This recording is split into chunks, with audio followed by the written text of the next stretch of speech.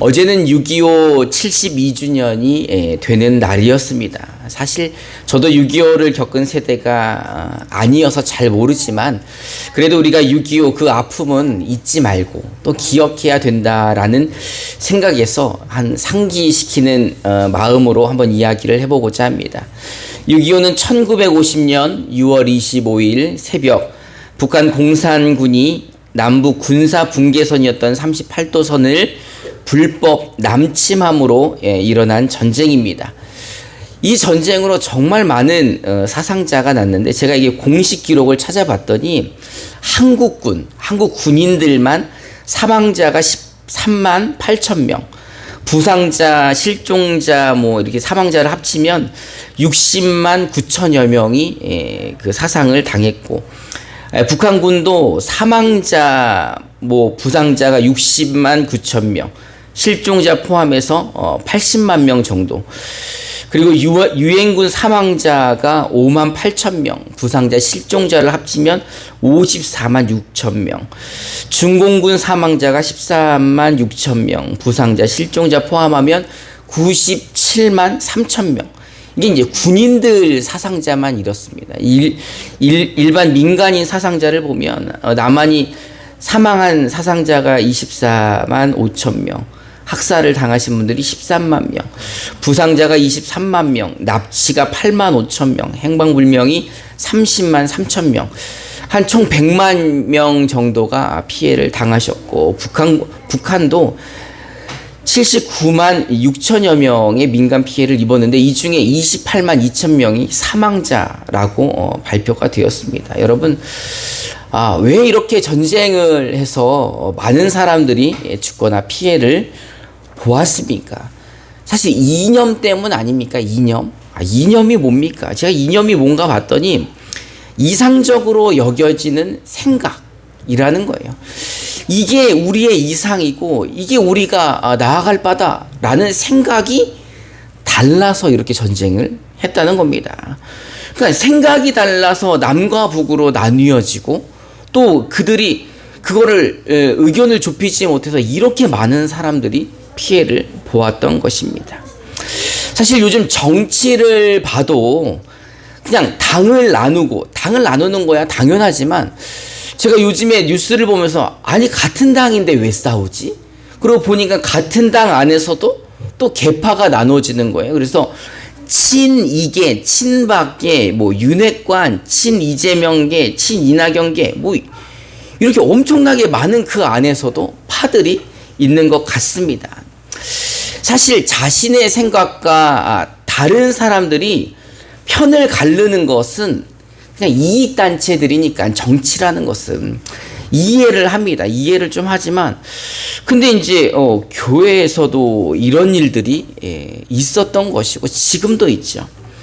초대교회에서 고린도라는 교회가 있습니다. 고린도 교회도 상당히 문제가 많은 교회였습니다. 고린도 교회가 어디 있는지 지도를 한번 잠깐 보시면은 이 지중해에 있는 도시인데 여기도 그 항구 도시입니다. 우리가 지난주에 다루었던 에베소 지역과 바로 옆에 같이 붙어 있는데 아주 두 도시가 헬라 최고의 상업 도시이고 항구 도시였습니다. 이 고린도 교회에 대한 고린도전서를 기록할 당시 사도 바울은 에베소 교회에 있었습니다. 근데 고린도 교회에서 소문이 나는 거예요. 근데 어떤 소문이 나는가 봤더니 교회 안에서 패를 나누어서 서로 다툼이 있다라는 겁니다.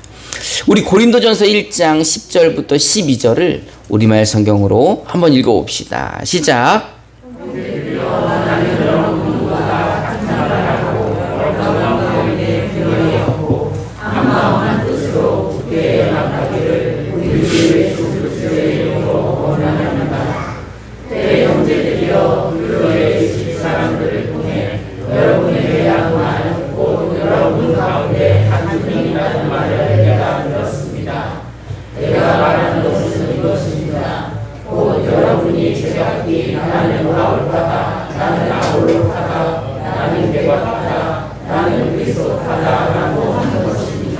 아멘.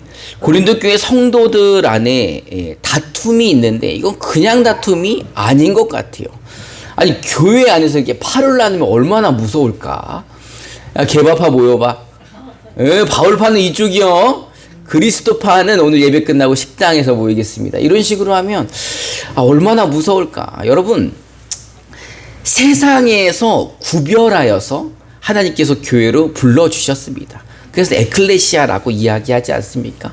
이렇게 구별해서 불러준 사람들끼리 그 안에서 싸우면 됩니까? 안 됩니까?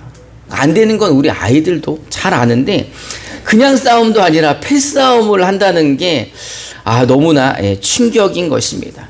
사실 세상 사람들도 이렇게 싸우는 거에 대해서는 말이 많죠. 정치꾼들은 당연히 그렇게 싸우는 사람들이지만 자기들 안에서 계파를 나누고 싸우는 거에 대해서 많은 사람들이 비판을 하지 않습니까?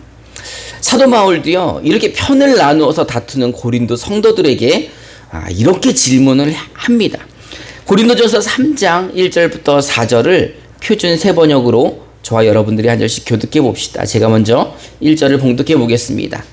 형제자매 여러분, 나는 영에 속한 사람에게 말하듯이 여러분에게 할 수 없어서 육에 속한 사람, 곧 그리스도 안에서 어린아이와 같은 사람에게 말하듯이 하였습니다. 나는 여러분에게 젖을 먹였을 뿐 단단한 음식을 먹지 않았습니다. 그때에는 여러분이 단단한 음식을 감당할 수 없었습니다. 사실 지금도 여러분은 그것을 감당할 수 없습니다. 여러분은 아직도 육에 속한 사람들입니다. 여러분 가운데 시기와 싸움이 있으니 여러분은 육에 속한 사람이고 인간의 방식대로 살고 있는 것 아닙니까?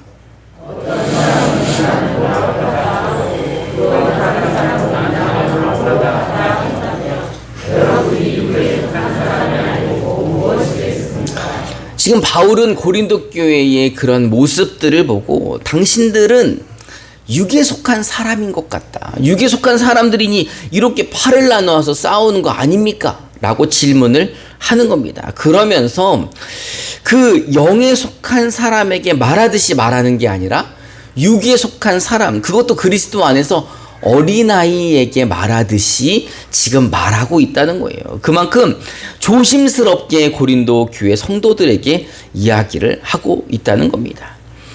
예수를 믿고 변화되어서 그리스도인처럼 산다고 하는 사람들이 이렇게 싸움을 하니까는 바울이 이런 이야기를 하는 거죠. 사실 제가 이제 여기 내려온 지가 거의 30년이 넘었죠. 제가 17살 때 여기 내려와서 고등학교 1학년 겨울방학이었습니다. 그래서 이제 고2 1학기부터 이제 여기 지역에 있는 고등학교에 입학을 해서 전학을 해서 다니는데, 아니 이 시골 학교에 파가 있는 거예요, 파가.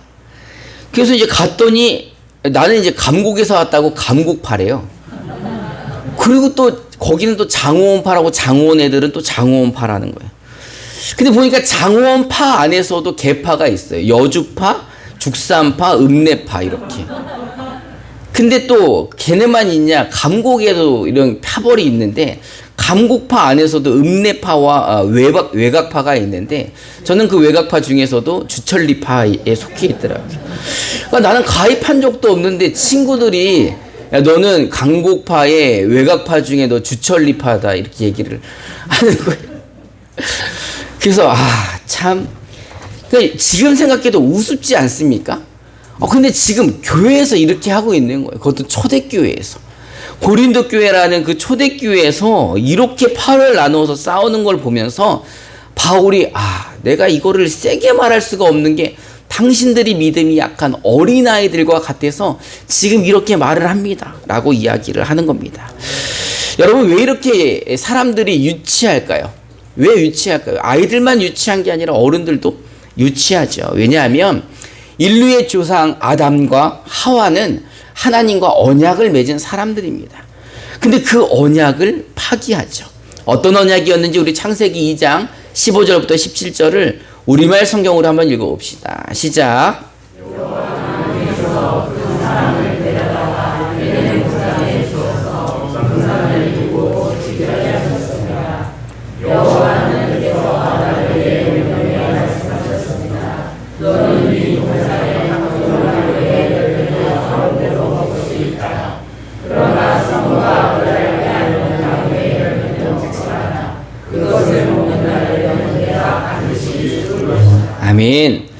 하나님은 아담에게 선악과를 먹으면 반드시 죽는다. 그러니 먹지 마라 라고 이야기하시고 약속하시고 언약을 맺으셨습니다. 그런데 그 선악과를 누가 먹게 합니까? 사단이 그들을 속여서 먹게 하죠. 우리 창세기 3장 1절부터 6절을 우리말 성경으로 저와 여러분들이 한 절씩 교독해 봅시다. 제가 먼저 1절을 봉독합니다. 여호와 하나님께서 만드신 들짐승 가운데 뱀이 가장 교활했습니다. 그가 여자에게 말했습니다. 정말 하나님께서 동산의 어떤 나무의 열매도 먹으면 안 된다라고 말씀하셨느냐? 여자가 뱀에게 말했습니다. 우리는 동산에 있는 나무의 열매를 먹어도 된다. 그러나 하나님께서 동산 한가운데 있는 나무의 열매는 죽지 않으려거든 먹지도 말고 건드리지도 마라고 말씀하셨다. 뱀이 여자에게 말했습니다. 너희가 절대로 죽지 않을 것이다. 이는 너희가 그것을 먹는 날에는 너희 눈이 열려서 너희가 선과 악을 아시는 하나님처럼 될 것을 하나님께서 아시기 때문이다. 여자가 보니 그 나무의 열매가 먹게 좋고 눈으로 보기도 좋으며 지혜롭게 하는 감사가 없었습니다. 여자가 그 열매를 따서 먹었습니다. 그리고 자기가 함께 있는 남자에게 주니 아멘. 사탄은 뱀을 통하여 이들을 유혹했습니다. 선악과를 먹으면 눈이 열려서 선악을 아시는 하나님처럼 된다라는 그 소리에 하와는 그 선악과를 먹고 남편에게도 먹게 합니다. 그리고 그 이후에 아담과 하와는 하나님과 함께 할 수 없었습니다. 왜냐하면 하나님과 약속한 그 약속을 어기고 하나님 앞에 범죄하였기 때문입니다. 그리고 그 이후 죄는 이 아담과 하와를 통하여 인간에게 들어왔고 이 죄로 인하여 사람들은 죽음에 이르게 된 것입니다. 그러나 하나님은 이 사람을 이대로 멸망당하게 두지 않으셨습니다. 그리고 누구를 보내주셨습니까? 구원자 예수, 그 하나님의 외아들을 그리스도로 보내주시어 희생양으로 삼아주셨습니다. 그 예수가 십자가에 우리의 죄를 대신하여 죽음으로 말미암아 우리는 죄사함을 얻고 구원을 얻게 된 것입니다. 여러분들은 예수님 믿고 구원을 받으셨습니까?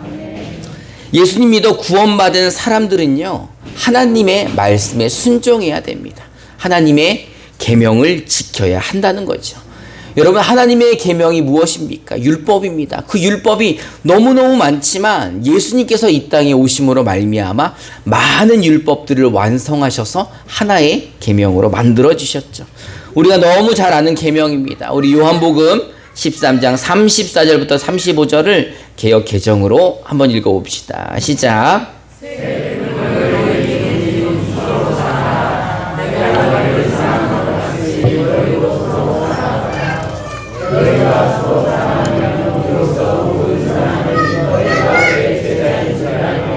아멘.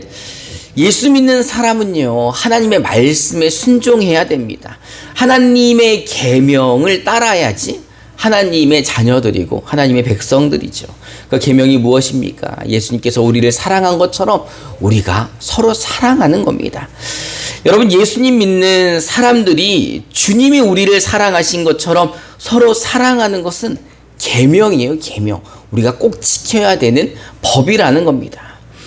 모든 사람이 우리가 예수님의 제자인 것을 아는 것은 우리가 무엇하는 것을 보면서 서로 사랑하는 모습을 보면서 아, 예수님의 제자구나, 그리스도인이구나, 이렇게 아는 거죠. 근데 사도 바울은 고린도 교회 성도들이 분열을 일으키고 다투는 모습을 보면서 한 가지 안타까운 것을 지적하는 거예요. 그들이 지금 뭐 하지 않는 겁니까? 하나님의 율법을 지키지 않는 거죠. 하나님의 그 새로운 계명을 지키지 않는 거죠. 서로 사랑해야 되는 사람들이 지금 뭐 하고 있는 겁니까? 서로 시기하고 질투하고 미워하고 그래서 당을 찍고 팔을 만들어서 서로 다투고 있는 거죠. 그래서 사도 바울은 이 고린도 교회에게 이렇게 방법을 제시합니다. 우리 고린도전서 13장 1절부터 3절을 우리말 성경으로 한번 읽어봅시다. 시작.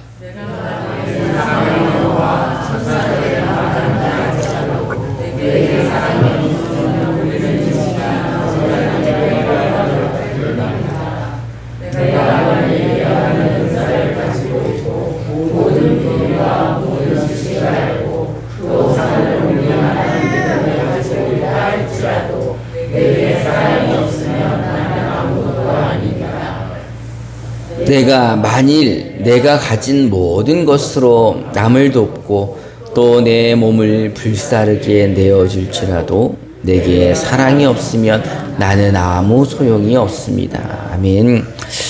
주께서 우리를 사랑하신 것은 주께서 우리를 사랑하신 것 같은 그 사랑이 없으면 내가 천사의 방언을 해도 그 소리가 그냥 징이나 꽹과리 소리와 같다는 겁니다. 그 소리가 아무것도 아니라는 겁니다. 내가 예언을 하고 내가 모든 비밀을 알고 믿음이 너무 좋아서 산을 옮길 만한 믿음이 있어도 그 안에 사랑이 없다면 아무것도 아니라는 겁니다. 전 재산으로 남을 돕고 내 몸을 불사르게 남에게 내어준다 하여도 사랑이 없으면 아무것도 아니라는 겁니다. 여러분, 이런 것들을 봤을 때 하나님이 우리를 보는 기준은 무엇입니까? 우리가 예수님이 우리를 사랑하신 것처럼 서로 사랑하는가? 이게 바로 하나님이 우리를 보시는 잣대신 거죠. 다시 말해 어떤 일을 하든지 간에 무엇을 하든지 간에 하나님은 우리가 뭘 하기를 바라고 계시는 거예요? 하나님의 계명에 순종하기를, 서로 사랑하기를 바라고 계신다는 겁니다. 왜냐하면 하나님은 사랑이시기 때문입니다. 그리고 우리가 하나님을 아버지라 부르는 자녀들이라면 우리도 하나님 닮아서 서로 사랑하기를 바라고 계시는 겁니다. 아담으로 인해 이 저주받은 이 땅 가운데에서 우리는 사실 저주받은 몸을 가지고 이 땅에 태어났죠. 근데 예수 그리스도로 말미암아 우리는 새 생명을 얻어 하나님의 자녀가 되었습니다. 그럼에도 불구하고 우리는 이 죄된 육신을 가지고 저주받은 이 땅 가운데 살고 또 마귀가 우는 사자처럼 우리를 괴롭히고 유혹하기 때문에 우리는 너무너무 연약해 이길 수가 없는 거죠. 그렇기 때문에 우리는 누구를 의지해야 하는 겁니까? 하나님을 의지하고 주님을 의지하고 성령을 의지해야 하는 것입니다. 그래서 사도 바울은요, 이렇게 사랑하기를 권면하고 있습니다. 고린도전서 13장 4절부터 7절을 우리말 성경으로 한번 읽어봅시다. 시작.